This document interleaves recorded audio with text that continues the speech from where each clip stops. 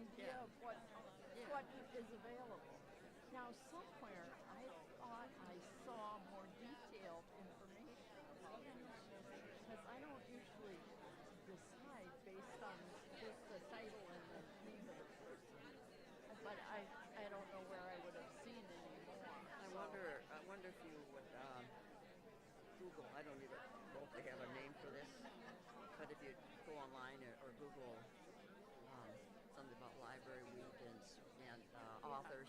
Wisconsin Book Festival is the title of it. So yeah, that you probably could do that and get some. I think often, and again, maybe they didn't do it this year because of money and stuff, but often there is a section of like 4 pages in either the Isthmus or Half Times, and you get a lot more information that way.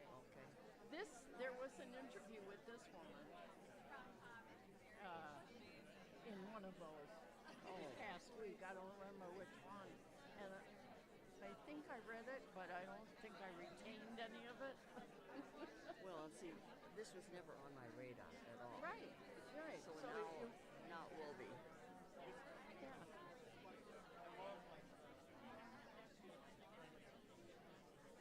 It's like they're trying to organize here. Get the show on the road. Yeah. That gal right there. Hi, everyone. Welcome. I know it's a really full room, and that's so wonderful. Happy birthday. Is it both of your birthdays? Amazing. So thank you for being here, and thanks for your patience. We're really tucked in, but it's for a very special event. So welcome. We're so excited you're here. Thanks for your patience, and thanks for rolling with the standing and the sitting on the windowsill. Actually, one of my favorite spots. I'm going to let Shannon take it away.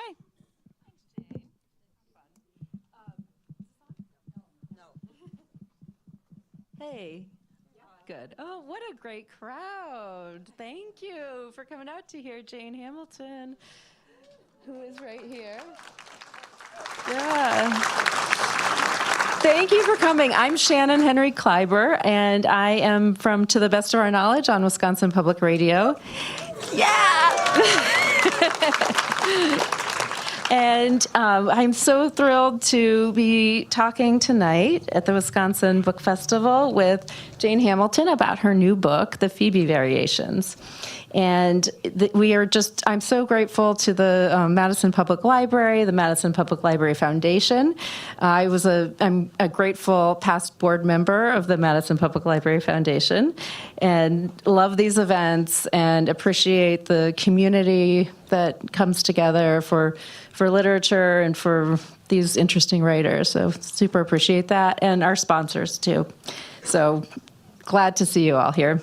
So tonight we are going to hear from Jane Hamilton, and we're going to sit over there and have a conversation, and then at the end we'll have a question and answer period, so you'll have a chance to ask her some questions of your own. And I have a feeling a lot of you know her already here. Who's read a Jane Hamilton book in this? Yeah, okay, yeah. Not surprised. Everybody's an Apple customer. You've stocked the audience with Apple customers, yeah.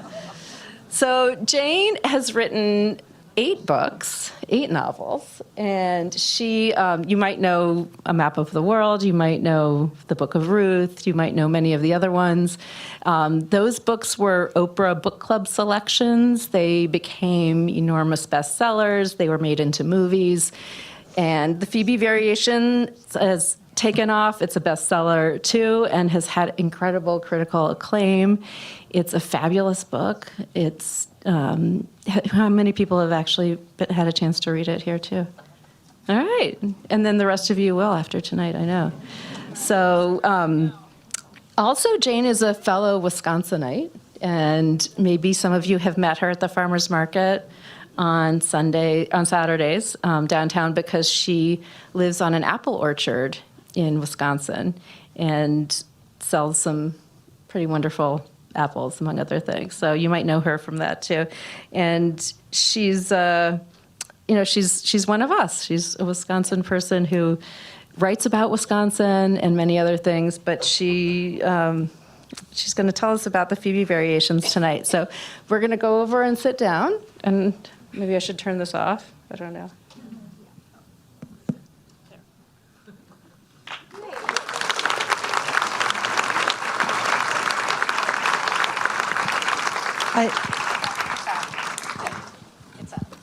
I grew up in Illinois.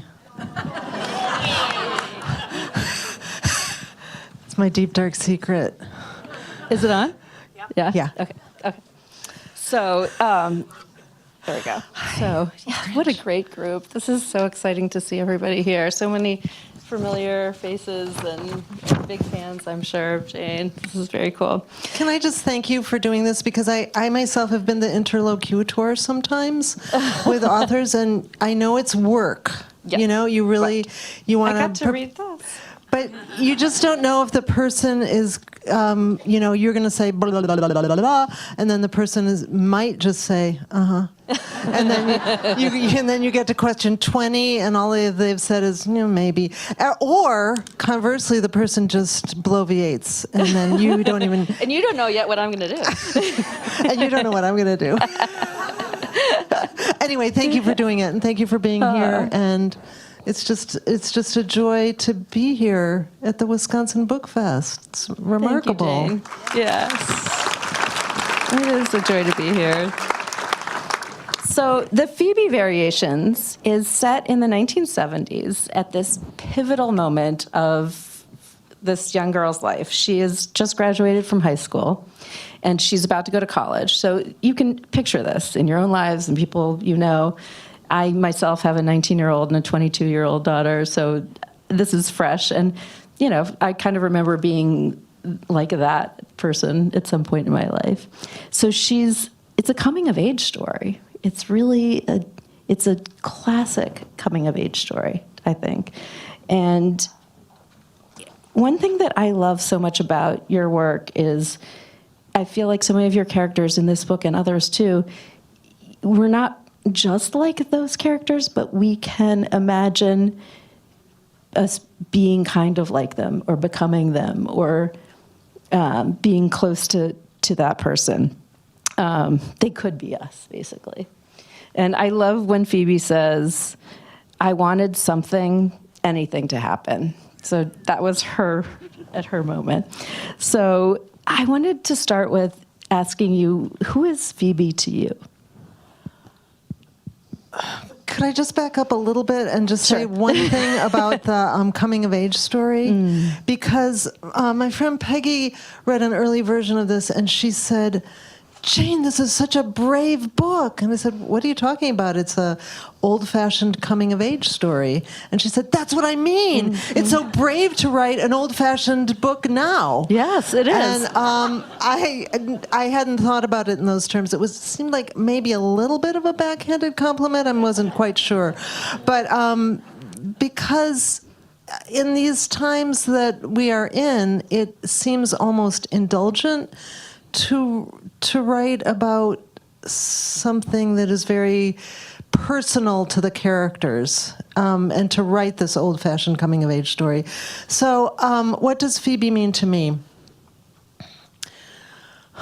That's a really hard question. And I actually... It'll get easier. I lived with her for about 10 years, and I loved being with her and in her company, and people have asked me, how much of you is in Phoebe, and I think we're quite distinct people, but I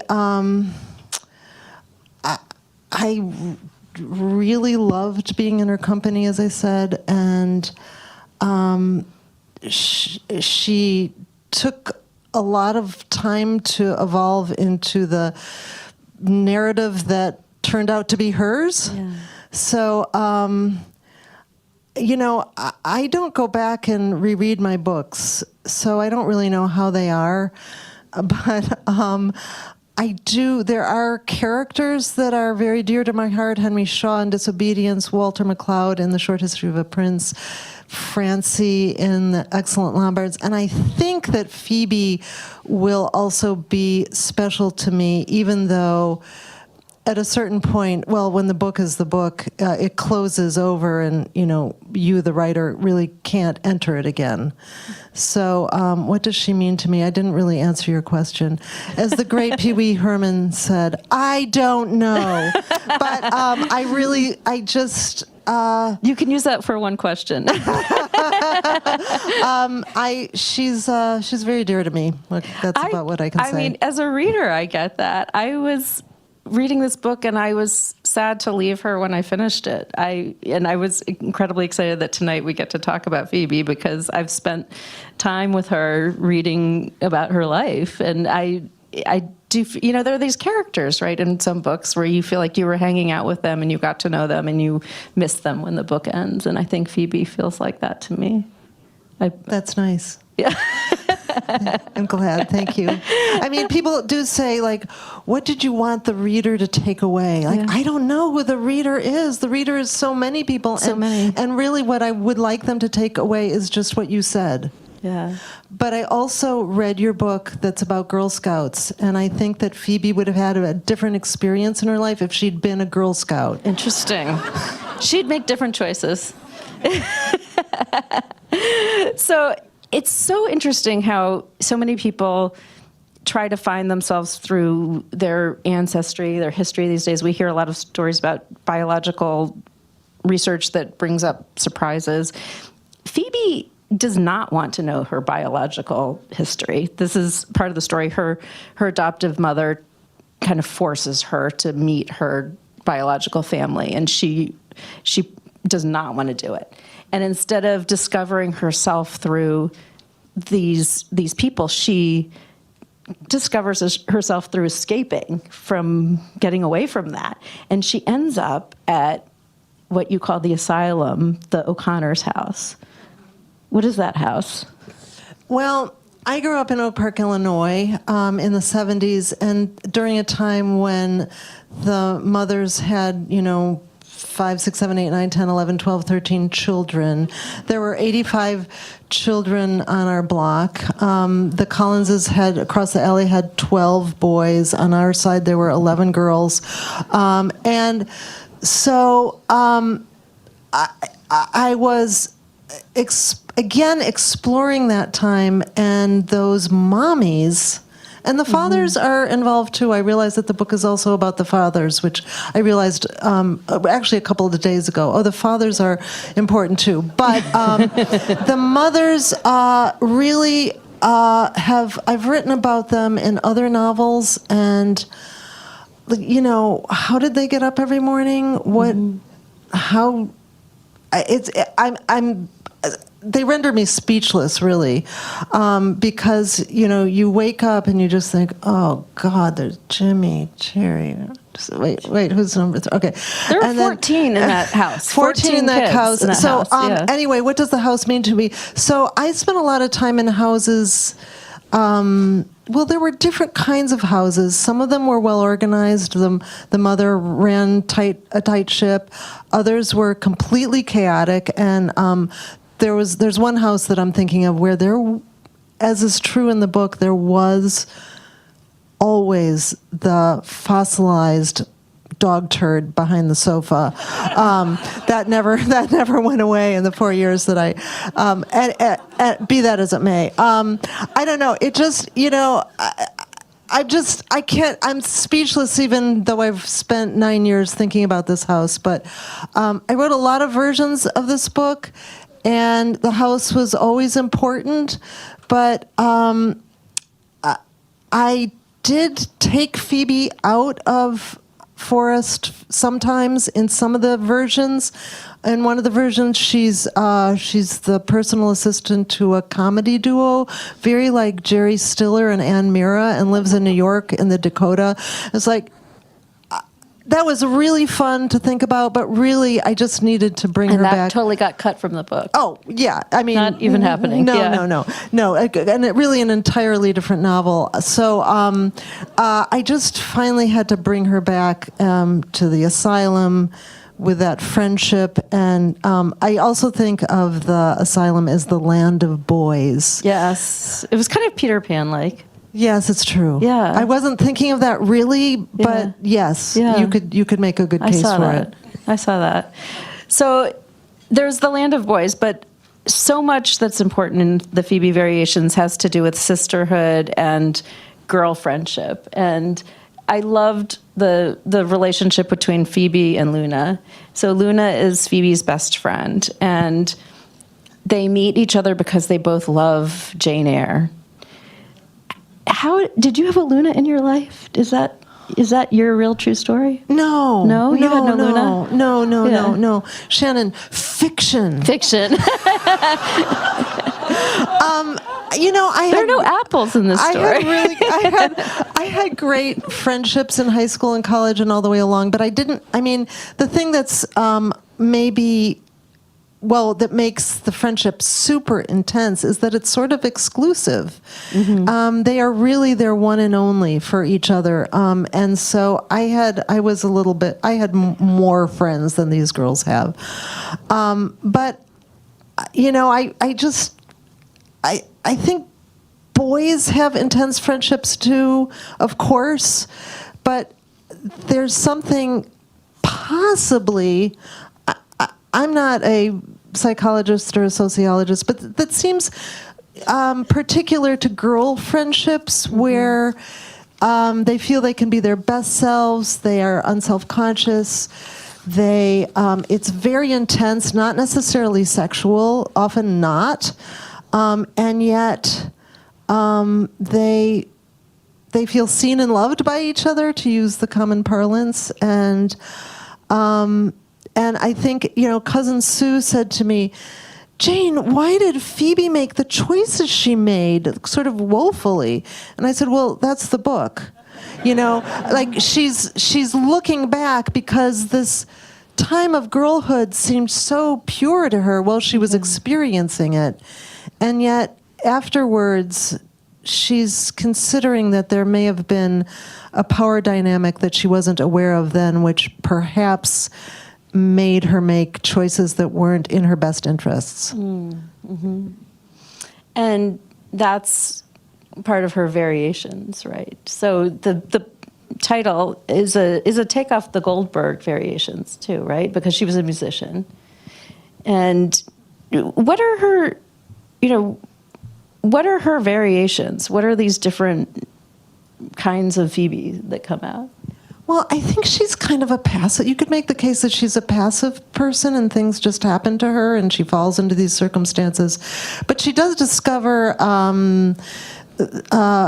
you could say, a capacity, a power when she's thrust into a situation where it could be dangerous and she has to pretend to be somebody she isn't, which forces her to become this character. That's one of her variations. And then she becomes a mother and a teacher, all the phases of her adulthood, as well as the character that she has to discover when she is in the land of boys. Mm-hmm.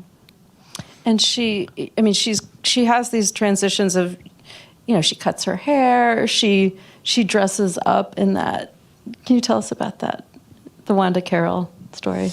Well, which is such it's does that give away too much if you tell about Wanda Carroll? I don't think so. Okay. No, but I would say that next week is the Wisconsin Library Association, and I'm giving a talk, and the theme is "Be the Change," mm-hmm. which is really quite a enormous theme to address, especially right now. And I really just kind of want to say, cut your hair. Yeah. That'll do it. But anyway, I'm working on that. So Phoebe has this tremendously long hair. And hello, Trudy. It's so nice to see you. Oh, my God. And a friend of my sister's, about 10 years ago, we met, and she had this amazing mane when she was a girl that came past her butt. And she was telling me how problematic that hair was, and that she would get in her mother's car and the hair would get caught in the seams of the, the back seat, and then when getting out. So all these little details, when Chrissy LaFortune told me that, I was like, oh, that's great. That's going to go for Phoebe. Do you write that down when you hear something? Well, like that was just so okay. vivid. You'll never forget I didn't it. have to, Yeah. But some things, yes. Okay. So Phoebe decides that she just needs to completely change her life and her, when she runs away to the land of boys, so she has this dramatic haircut, and then she loses her glasses. And Can't see.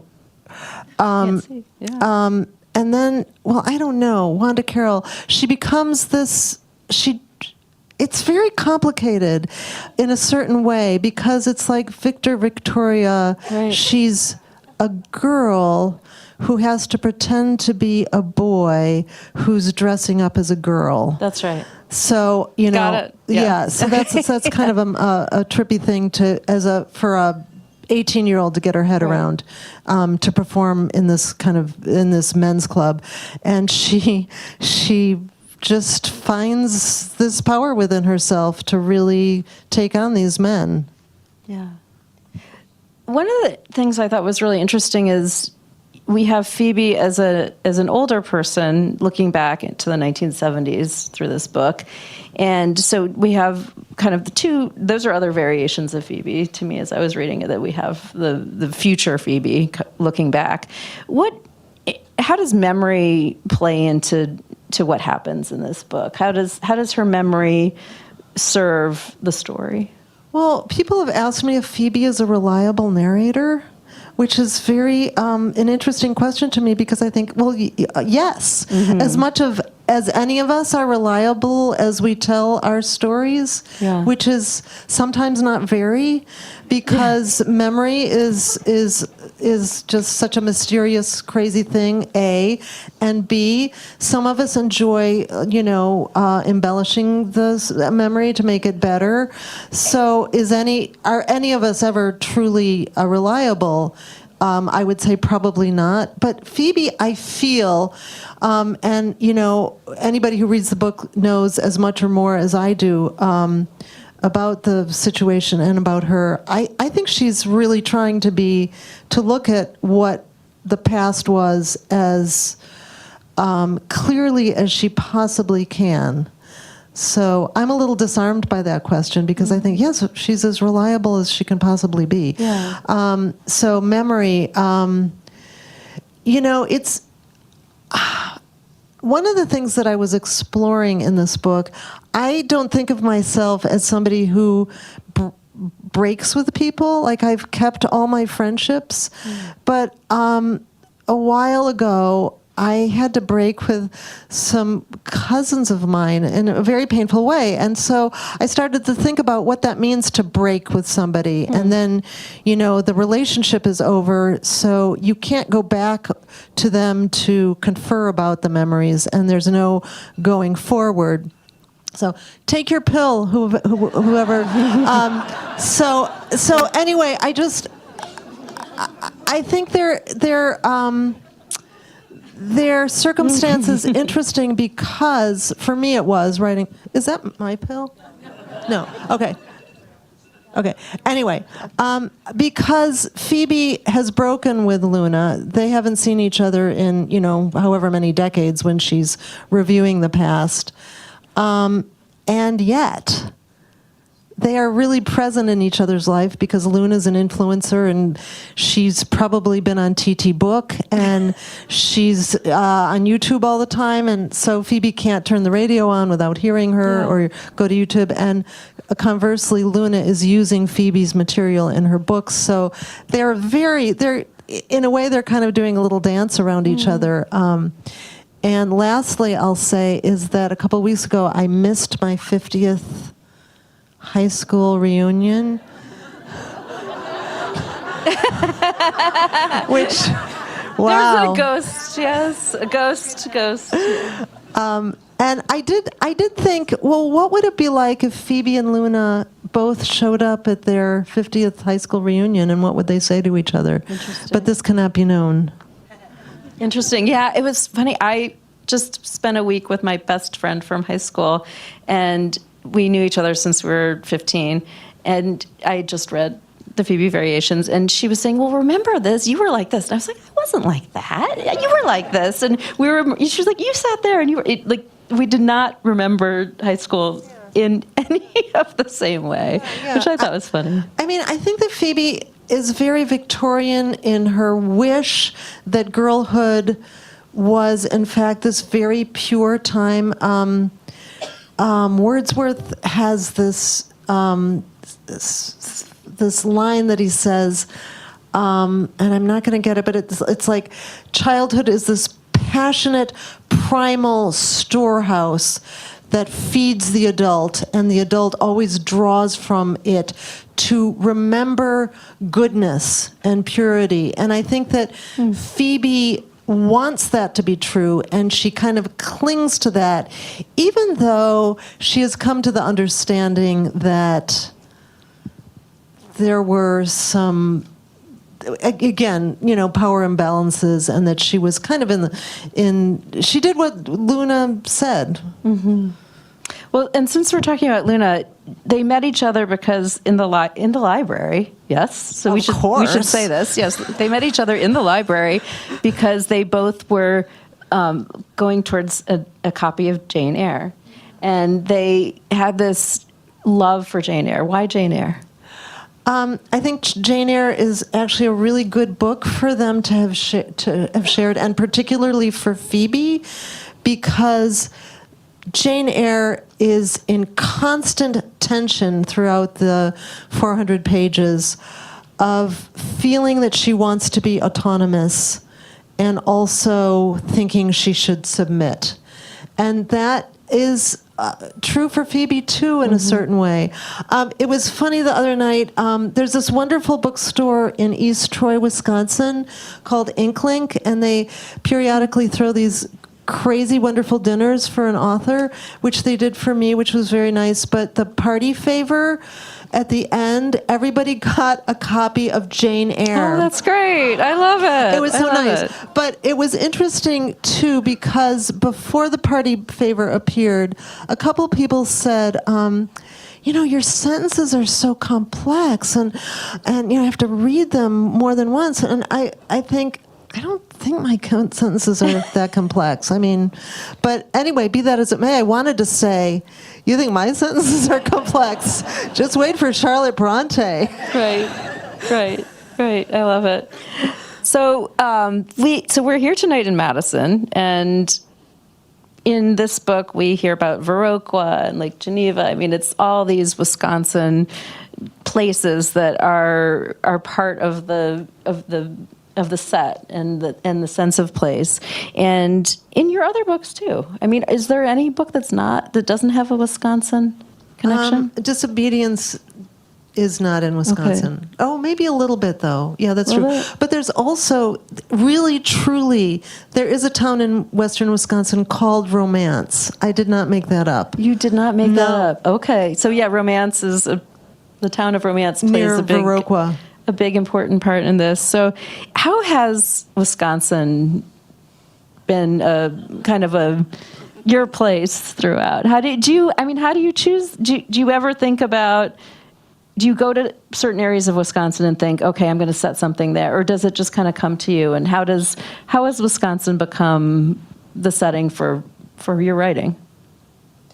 Well, I don't know. I live here in Wisconsin, and there's plenty of material to exploit in Wisconsin. And I went to farm camp in Delavan, Wisconsin. In Delavan. Swisscroft. We're from Swisscroft. We play the hayloft, and we LOVE love it all the time, which is true. And I wanted to grow up and marry a farmer, which I did. You did marry the farmer. Anyway, yeah. I mean, people have asked me what it means to be a Midwestern author, and I can't really answer that question because I haven't lived anywhere else. I mean, I've traveled other places, but it's just, there's plenty here, and my neighbors are endlessly interesting. My family's interesting, and I feel grateful outside of the novels just to live on a farm in Wisconsin and to have access to the natural world, and also have access to Madison. Yeah. What's that like to live on a apple farm in Wisconsin? Do you write there? Do you have a writing spot, and then you come out and you work on the farm, or how do you manage all Well, that? I mean, like anybody. And isn't it apple time now? Like, Yes. how are you here with us right now? It's terrible that I'm here. I was It's really thinking bad. that this morning. I was thinking, wait, this is book tour time and apple farm time. How are you doing this? I'm feeling very guilty. But our son has come into the business, and he's great. But I was thinking when I came up on the square, I'm never on the square when it's not the market. I was thinking, where is everybody? Where's Tony Hook and the cheese? And it's just, it's such a happening. What's it like? I mean, it's like any life. There's a lot to juggle, and I work there in my house, which is completely chaotic, and so. I mean, it's just, it's living. There's what you do. Husband, feeding him, watering him, and, all of it. So, for me, which I think is true for many of us now, my big challenge is how to untether myself from my device. Mm-hmm. Yeah. And that was one of the real pleasures of setting a book in the 70s.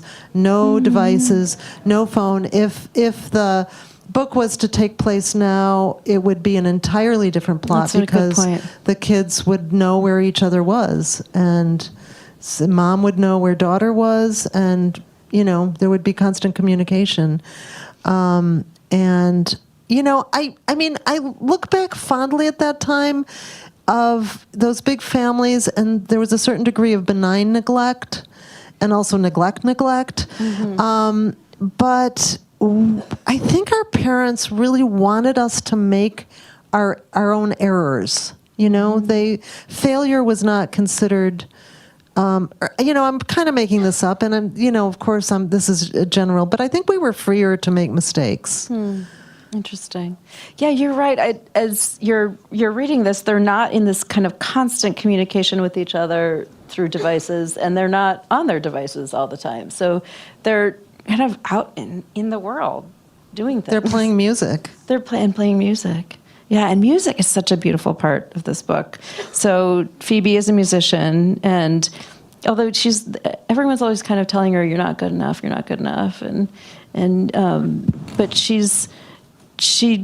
the piano in the asylum that she plays is I love that part. So how did you decide which music to bring into this? Bach is in it, and there's other things. Did you score it almost? or is it, how does that work? Well, I really love listening to the Bach double piano concertos and, the Goldberg, all the Bach-y things. So I think that I haven't really gone through and looked at the books to account for all of this, but I think I usually give my characters music, and I think it's a great portal to spirituality, and certainly for Phoebe, music is that. And also, I read this great book by Jeremy Dank called Every Good Boy Does Fine. Have you interviewed him? Okay, my vision for an event was that, I don't know Jeremy Dank, but I read the book and I loved him so much, and it's about his musical education. It was that Jeremy Dank would come wherever, or I would go wherever. He could come to my living room. We have an old Baldwin. It hasn't been tuned in 20 years. And he would play the Goldberg variations, and then I would read a paragraph from Phoebe or something. Oh, that's beautiful. Anyway, I know. But anyway, it hasn't happened. But so I read that book. That could totally happen. I read that book, and I thought a lot about Phoebe's musical education in relation to his, and really what is required to play the piano at that level.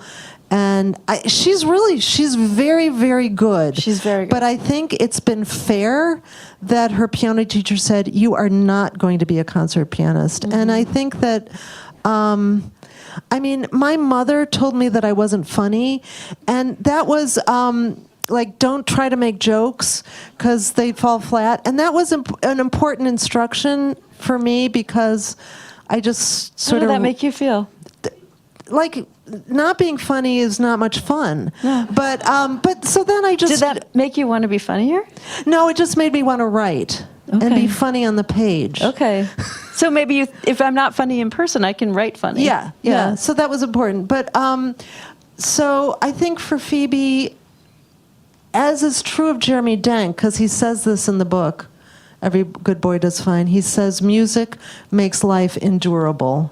And I think that's true for her, and it also gives her this life highlight that she has with her son, who's also musical. So, and you know, it just was wonderful to be able to listen to all the music that Phoebe would have played and enjoyed as, you know, homework. Mm-hmm. Did you listen to it as you're working on the book? No, not while I was actually writing, but, you know, other times, and still. So there's this moment near the end, which doesn't really give anything away, but where she ends up playing this double piano concerto in a concert, and that came into it very late, and I kept listening to that double piano concerto, and it's so beautiful, and I kept thinking, I want to somehow get this in there, and it's a strange thing when a book is really, you know, it's pretty done, and then you insert this very important scene into the book, and you have to just make sure that everything else sort of comports with this pivotal thing that has just kind of landed. And also, where are you going to put it? I knew what it was, I just didn't know where it was going to go. So anyway, that's kind of a digression. So did it stay there? Yeah. It stayed there? Yeah. And you kind of smoothed around it, or? I had to, I mean, this was very, very late in the process. Yeah. It was before copy editing, but the editing, so Okay. we just had to kind of That's late in the process, yeah. So speaking of the writing process, so many people in the audience know so many of your books, and there's been, is it almost 10 years since your last book? Yeah, almost 10 years. And I mean, you've written a lot of books, but is there a reason why it's been 10 years? Has it taken that long to write Phoebe? Yes, Shannon, there is a reason. It's called failure. And I think this is one of the secrets to maybe having as many people in this room is that 10 years has passed and people are like, oh, are you still living? Let's go see. Let's go see if you're still living. I don't know. I started the book. I wrote many, many versions. I couldn't quite find the form of it. I kept writing it and handing it in, and my then agent said to me at a certain point into, year 6 or something, Jane, I will not read this book again. Oh. Which is completely fair. You know, I don't know how those publishing people read even a book once because, you know, their piles just... So that, you know, that was kind of liberating because everybody who read it wanted me to take the Wanda Carroll set piece out. Interesting. And Okay. I did not want to take that out. I had to find a way to make it more integral. It took me a long time to understand that Luna, the character, in a certain way has to be in every frame. Even if she's not present, she's kind of in the frame, and I didn't... That seems sort of obvious now to me, but I didn't... It just took a while, and she kept disappearing, and really the heat of the book is that relationship. So anyway, I would put it away, I would work on something else, and I've written a lot of failures, and some of them I've gone back to, and I don't feel physically happy. I don't feel a sense of well-being when I'm writing the failures that I've put away and then think I should go back to that. But this book, this failure, every time I came back, I was so happy to be in it, which is really, I think, a sign, you know, the body reaction was, and I just thought, if I can't make a book work where there's a girl and she has a shattering experience with her birth family, and she runs away and hides in the basement in the land of boys. If I can't make that work, I need to really find another profession because everything is in there. But as I've said, an old-fashioned novel, at one point Phoebe says something like, she doesn't use the word indulgent, but she wonders if these personal stories are appropriate for this time, meaning this time, and if really the novels that matter and the way of thinking that matters is going to be more mythy, and if we have to just sort of dispense with the personal. And it's a question she can't quite answer because the personal is compelling, so she goes back to the personal. But I think about that, what should we all be writing books that concern activism? I don't know. I'm confused by really what forms we should be turning towards now. Mm-hmm. So as you kept going back to the book, she kept bringing you back in, which I think is really powerful. Would you set aside entire chapters? How did you ever completely give up for a certain period of time? Well, I came of a computer age when you could be typing along and the thing would just disappear and it was gone forever. And you thought that was saying something, if it would just disappear. Well, no, it's just that, so I print. So I have boxes and boxes boxes of things that didn't work. So generally speaking, I print and then I, type, print, put the pages here and just start typing again. Okay. And then seeing what happens. So you physically had, this didn't work, box. Yeah. Kind of going on. Yeah, Wow. and I thought for this experience I should go and look in the boxes and see what was there, but it was just, it's so painful. And, things that I really enjoyed doing, and so there were some good sentences, but it's just all that failure was a little, it's a little daunting. And it's all going to go to Carleton College, and they can sort it out. That's great. So you're all of these your papers are going to Carleton College. That's the idea. Terrific. I don't think they really know what they're getting. Yeah. Do they really want this? So some researcher in the future is going to be going through those papers and find more Phoebe variations. I don't know. Than you had written about in this I don't know book. if any of you have read the new Ian McEwan book, which is called, what is it called? Well, he's an archivist or he's a researcher. The story takes place 100 years hence, and he's in an archive that's exploring the now time.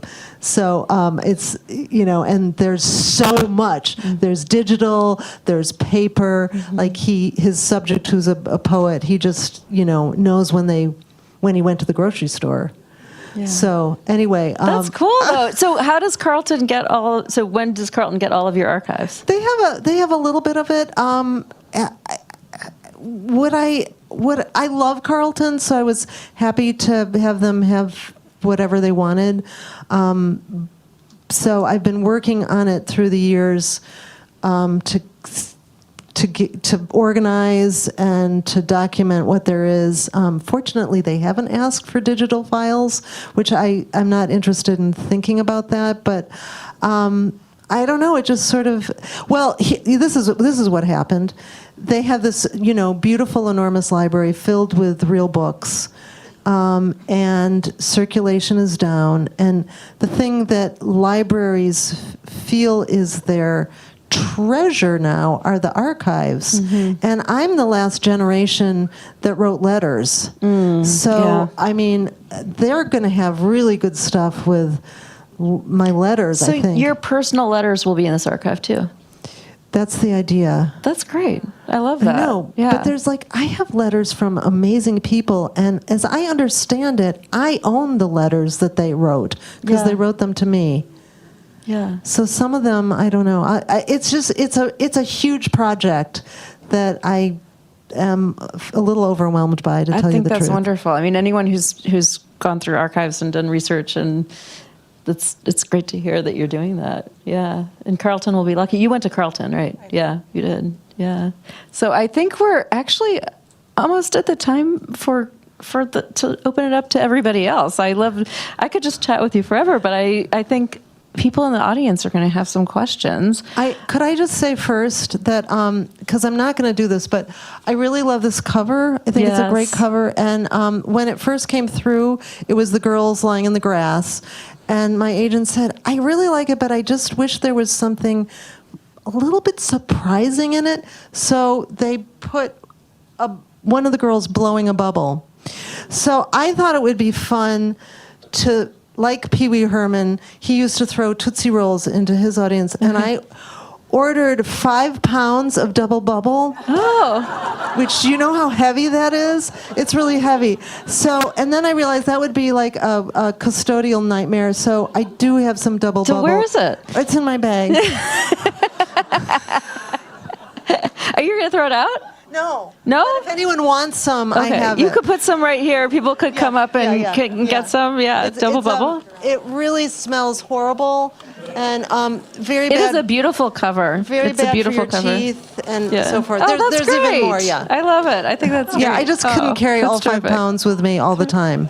So, okay, for our questions, I don't know. I think that, do we have somebody going around? Oh, there's a mic there. And I think that you would go to that mic right there if you have a question. Or if you would raise your hand, I can hand you this. So I think we'll start from somebody who's standing right there might be the first person to get to. Do you have a question? Or do you just happen to be standing right next to the mic? Just happen to be standing. That's great. Okay. Oh, that's great. So where do we have a question? Okay.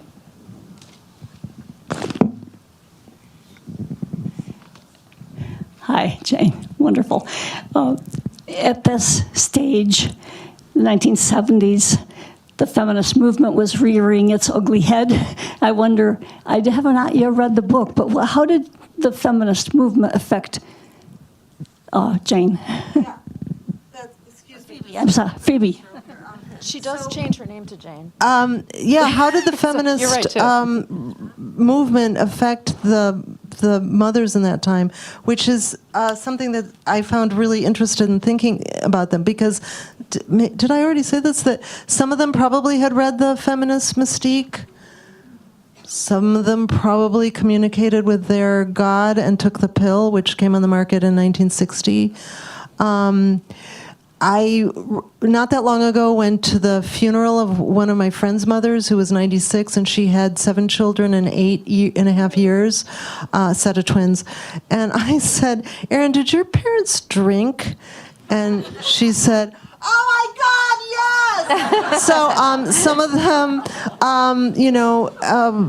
had alcohol. So, I mean, I just think that it was a time probably for those women, for many of those women, a time of tension, because the future was coming into form, but if you had 12 children, you were very solidly in your role. And her mom, Greta, was, I think, a really great example of that. Yeah, right? and somebody over here just asked if I was going to read something, but so I'm going to just read a paragraph that's about that. If I can just. What I love about Greta is you call her one of the original multitaskers, right? Yeah. Oh, did I? Oh. Well, so Greta is Phoebe's mother, and she's a single mother, which in Oak Park, Illinois, at that time, I went to a high school with 5,000 people, and I knew one person who had a single mother. So Greta's a single mother, and if I can find this quickly. Okay, so there's Greta, who's the single mother and the adoptive mother of Phoebe. There's Bridge O'Connor, who has 14 children. Greta.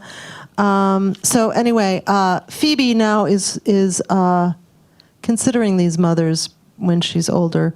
And she says, I wonder how many Bridge O'Connors, the real thing, are roaming the earth now. The stronghold of feminism and the weakening of the church, among other forces and failures, have made it possible for the Bridge type to be, for instance, the frazzled second in command of cardiology at a university hospital, or maybe the top dog, a woman with 2 children, a second husband, a nostalgic connection to her faith, if that, a dog walker, and a housekeeper. In 1974, Greta made more sense to us than Bridge did. Greta storming the 21st century, and Mrs. Barker was no mystery in her firm, timeless position in the upper class. But Bridge, the working mother who maybe had it all, Bridge, who held herself as a queen but also was something of a slave, who seemed neither past nor future nor even present. Bridge, in an unsettling way, was a person who existed outside of time. Bridge had 14 children. So Phoebe does consider that. Good question.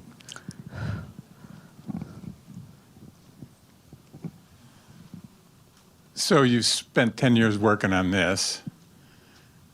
What else have you been working on, and will any of that become novels? I don't know.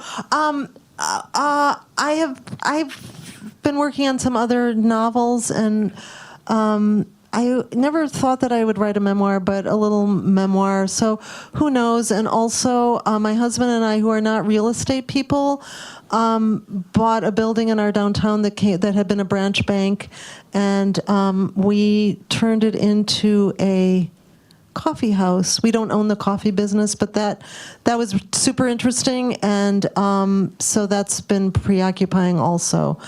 But yeah, I have some other things that kind of a little bit of a pile up, actually. And so I should wait for 10 years so that people will wonder if I'm alive, and then they'll... And how many things have you started but will never see the light of day? What did you say? How many things have you started that will never... Oh my gosh. Oh, yeah. I don't know. Countless. I mean, I think that one of the interesting things about writing a book or an essay or whatever you're writing is that, for me anyway, I can't know what I've made until I've made it. And so, it just doesn't always work out. Must have. Yeah. I thought the Jane Eyre references, allusions were so artfully done throughout the novel. Dean is a friend of mine, but... But I kept thinking about that other great 19th century first-person coming-of-age novel, David Copperfield. Yours is so comic, as was David Copperfield. Jane Eyre, not so much. All the madcap adventures, the different names that Phoebe cycled through and identities the way David did. Was that at all in your mind? And if not, what else inspired the book, other novels? Oh, that's a great question. Well, first of all, Demon Copperhood, if I had chosen David Copperfield, I would have felt like I was stealing something. But here is something...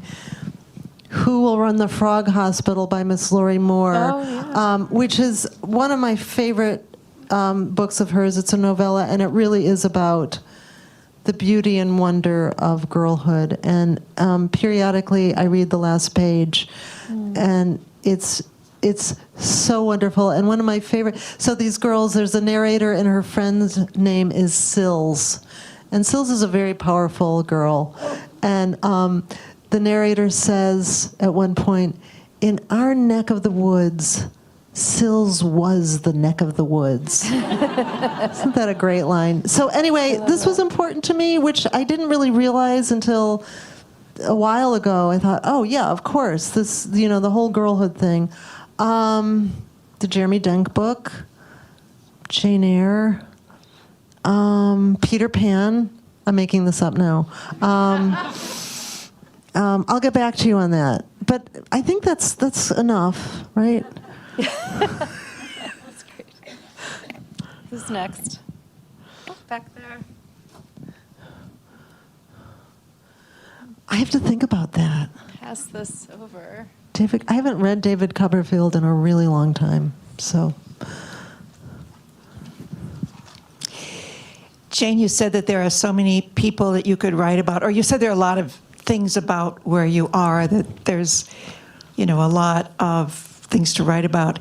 But what actually sparks an idea for you to start a book? So, for example, what sparked the idea to start this book? What came together? What made you think, oh, I want to write about that? Well, I went to see 12th Night in New York City. It was the Globe production with Mark Rylance. And I don't know if people here know Mark Rylance, but he's a wonderful seemingly British actor. And it was such a great production, and the men all came out on stage an hour before the play started, and you could go sit and watch them get dressed, and they just, put on these amazing dresses, and it was such a joyful production, and I loved it so much. And they did it in tandem with Richard the Third or Second, I can't remember which. Anyway, it was just a wonderful experience to be in that Globe world. And I came home and just wanted to write a book that was not a reimagining of a 12th Night in any sense, but a place to be for myself that was even half as joyful as being in that theater.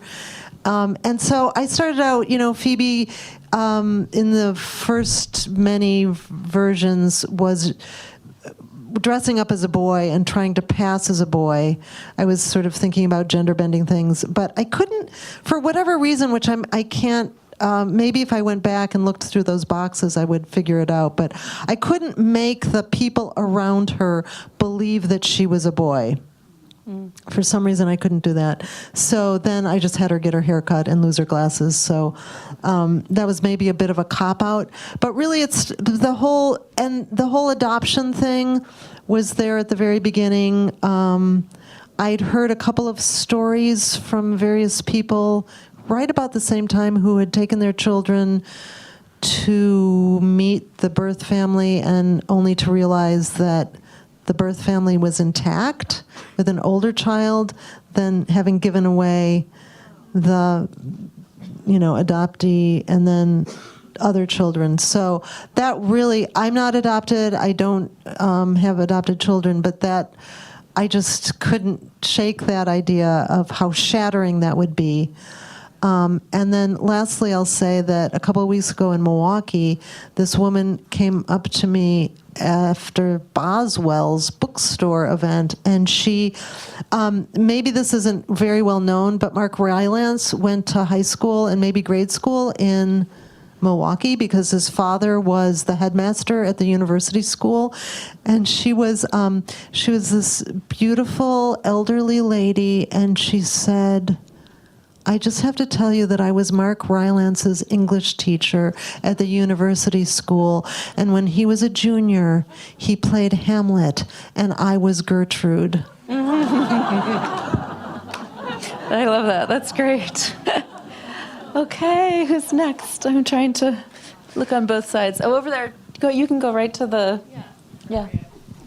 I walked up here so you could take a break. Great, thanks. There's a lot of moving parts in your beautiful book, and they all fit together very well. So I'm wondering, is there anything that you had to cut that you missed? So much. I don't know if anybody knows the actor Johnny Flynn, who has been in productions with Mark Rylance, but I had this whole section with a Johnny Flynn kind of person, which was just exploring my inappropriate obsession with Johnny Flynn. So that's gone. And just various lines that you get attached to, but just are not. They just don't fit. I had this young editor, a new editor for me, who was really wonderful, and she absorbed the book at such a deep level. She would say things like, Jane, there's this sentence on page 174 that I think would go better on page 32. I'm like, oh my gosh. But she that said is an unusual editor. That is amazing. Yeah, she was great. And she said an interesting thing, which was that the readers that this publisher is Zibby Publishing, she said the Zibby readers tend to be women in their 30s and 40s. And she said, I don't want to pander to any particular group, but these readers they're accustomed to, and I think many of us are because we watch, great television series, just the drama, the action being ratcheted up a little bit more than are in some of these scenes. And she said, in this scene, in this scene, in this scene, I think you should just think about making it a little bit more dramatic. And at first I thought, no. And then I thought, well, that would be fun to try. And so I did just create a little more tension. And I thought that was really good advice and interesting advice. And I liked having a younger person eyes on it. And there were a couple of lines that she wanted me to cut. We mostly agreed, but there were a couple of things that I didn't cut because I didn't think that she, in her youth, understood that they were funny. We're coming back to you are funny, Jane. You are funny, Jane. I don't know. Everybody has their own sensibility about that. Somebody said to me the other night, you're funny in person, but this book isn't funny at all. And there's just times when you just, there's no argument. Yeah, I know. But I don't know. So I cutting things is sometimes difficult and sometimes a total relief. I'll come to Orange. Orange. Oh, thank you. I need some new measuring cups. I could have brought them tonight. I'm sorry. I got to see the Mark Rylance performance also, and I was going to mention that probably at APT, someone said, in terms of updating Shakespeare, that you can update Shakespeare up until the invention of the telephone, because once the telephone is invented, people would know who was coming and where somebody was, and they could just find out, when are you getting to the inn with my necklace or whatever. And you mentioned a very interesting fact that in the 70s, we didn't have the omnipresent computer in our pocket. Is there a possibility that 20 years from now we'll look back on anything today and think, oh, we didn't have implants we were free. or whatever? Yeah, I don't know. I mean, I was on a bicycle trip not that long ago with a woman who took her phone into the shower. She was maybe 31, and I said, so do you think that the chip is the next thing? And she said, oh yeah. Oh yeah. It was not in any way shocking to her, and she was ready to have it. So I don't know, but yes. I think we have. As an adoptee who really looked for 50 years to find my family, what was the big objection to finding, to connecting with her biological family? What was the objection to Phoebe's connecting with her biological family? I think that, you mean when she was a teenager, she didn't want to? Well, I searched forever. Yeah. So I think that, Phoebe was interesting to me because Freud says that at a certain point in a person's development, and I forget what age it is, 6, 7, or 8 or something, you realize that maybe your parents aren't your real parents. And then you begin to fantasize about the idealized mother and father. And Phoebe doesn't do that. She has the information about her birth family available to her. So I think she has in her brain somewhere there's something a little off about it, and so she does not want to engage with the information even though it's available to her. So she's an odd case, she's an outlier, and so she just says, you, Greta, you're my mother, that's it. And then when she meets them and realizes what the situation is, she's like, whoa, no, but then, of course, she does take an interest later in the book and has some regret about having not explored that. But I think, that whole, it's so complicated because you can find your birth people, but it might not be as ideal as you may have imagined. You just don't know what it's actually going to be like or how it's going to pan out. So anyway, I think she just decides she's going to avoid that complication. I think we have time for maybe one One more or two more. You want to talk loud? Go ahead. Go ahead. I just wonder, do you ever feel like you're missing some kind of literary community by living out where you live and having that world? I mean, do you ever think, wow, when I was in, New York with Oprah, it was so great.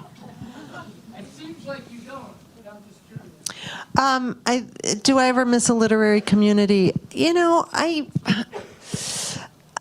Yes and no. When I was young, I went to artist residencies, the Ragdale Foundation primarily, which is in Lake Forest, Illinois, and it's this big old house. And so I got rejected at every MFA program that I applied to, but I was going to these residencies just at the point where my peers had been released from their programs, and so I got this community of readers and friends who I would have been in school with if I'd been admitted. So that was ideal. I didn't have to go to any of those schools and be in debt and also be crushed by the competition, but I had lifelong readers. So, and college friends. So I feel that I have a community that is around the country and the globe.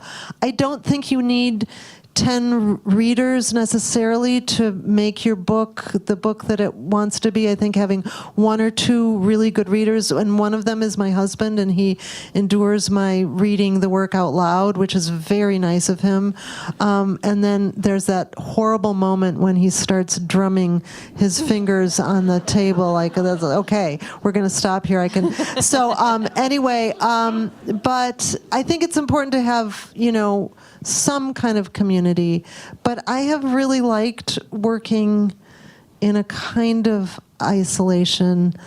And also, I've taught in MFA programs now, even though I didn't go to one, and it's been interesting to see the people who can talk the best. And there's a lot of jargon now, and sometimes I have no idea what they're talking about. But they tend to not be the best writers. So in a way, I've kind of had the best of both worlds. And, and now there's so much communication. There's almost too much communication. So anyway, it's as a friend of mine from college used to write me postcards all the time, and it always said the same thing. Dear Ham, life is mixed. Love, M. That's about it.